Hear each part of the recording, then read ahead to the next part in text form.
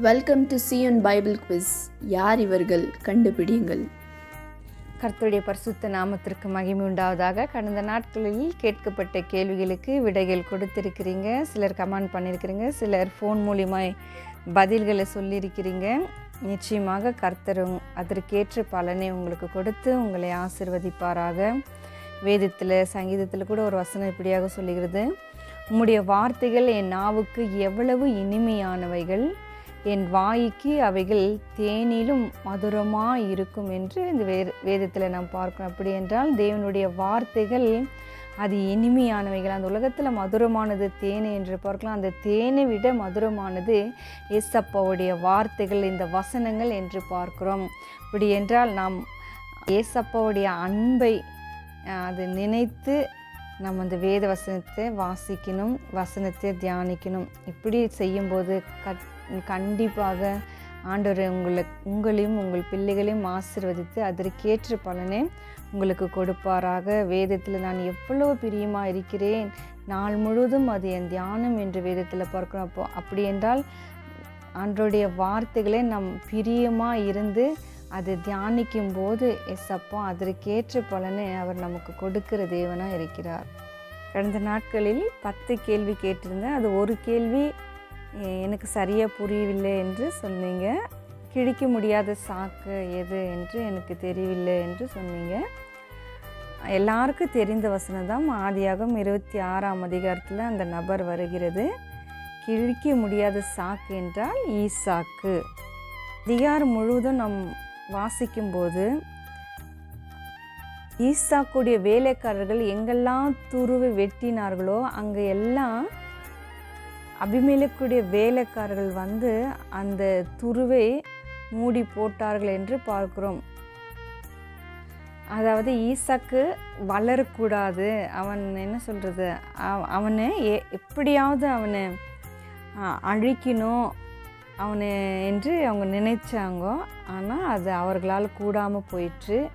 அதுக்கு தான் அந்த வார்த்தை எடுத்தேன், கிழிக்க முடியாத சாக்கு எது என்றால் ஈசாக்கு எப்படின்னா கிழிக்கணும் அழிக்கணும் என்று நினைச்சாங்க. ஆனால் யாராலுமே அதை செய்ய முடியல. காரணம் என்னவென்றால் கர்த்தர் அவனை ஆசீர்வதித்ததினால் அவன் 100 மடங்கு பலன் அடைந்தான் என்று பார்க்கிறோம். அவன் மகா பெரியவன் ஆனான் என்று பார்க்கிறோம்.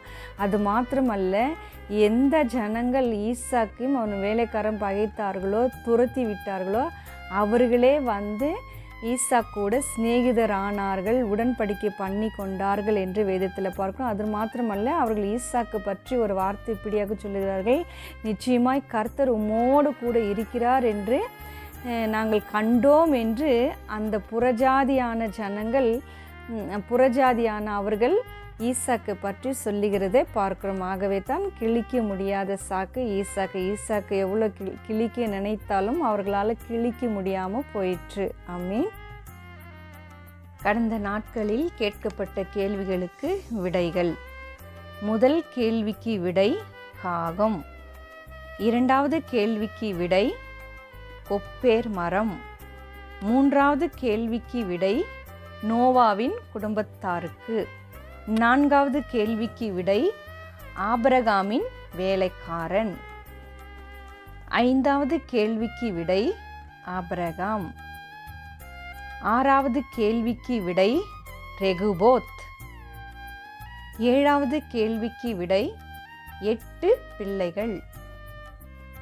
எட்டாவது கேள்விக்கு விடை கிரேத்தா. 9வது கேள்விக்கு விடை ஈசாக். 10வது கேள்விக்கு விடை சத்தியம். உங்களுக்கான கேள்விகள். முதலில் வேதத்தில் சொல்லப்படும் கடலின் பெயர் என்ன? கேள்வி 2, யாருடைய வம்சங்களில் பூமியிலே ஜாதிகள் பிரிந்தன?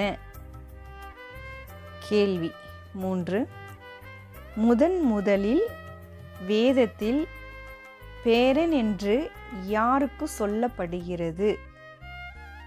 கேள்வி 4, முதலில் வேதத்தில் தன் மகனுக்காக விண்ணப்பம் பண்ணின தகப்பன் யார்?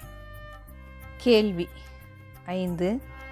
தன் மனைவிக்காக புலம்பி அழுத கணவன் யார்? வேதத்தில் சொல்லப்படும் முதல் விதவி யார்? கேள்வி 7. முதலில் வேதத்தில் சொல்லப்படும் முதல் மலடி யார்? கேள்வி 8. நடுராத்திரியிலே பாட்டு பாடினவர்கள் யார்? கேள்வி 9. உங்களை பெற்ற சாராளை நோக்கி பாருங்கள் என்ற வசனம் எங்கே உள்ளது? கேள்வி 10. எந்த விளக்கு எண்ணெய் ஊற்றாமல் வெளிச்சம் கொடுக்கும்? உங்கள் பதில்களை கமெண்ட்டில் பதிவிடுங்கள். தேவன் தாமே உங்களை ஆசீர்வதிப்பாராக. ஆமீன்.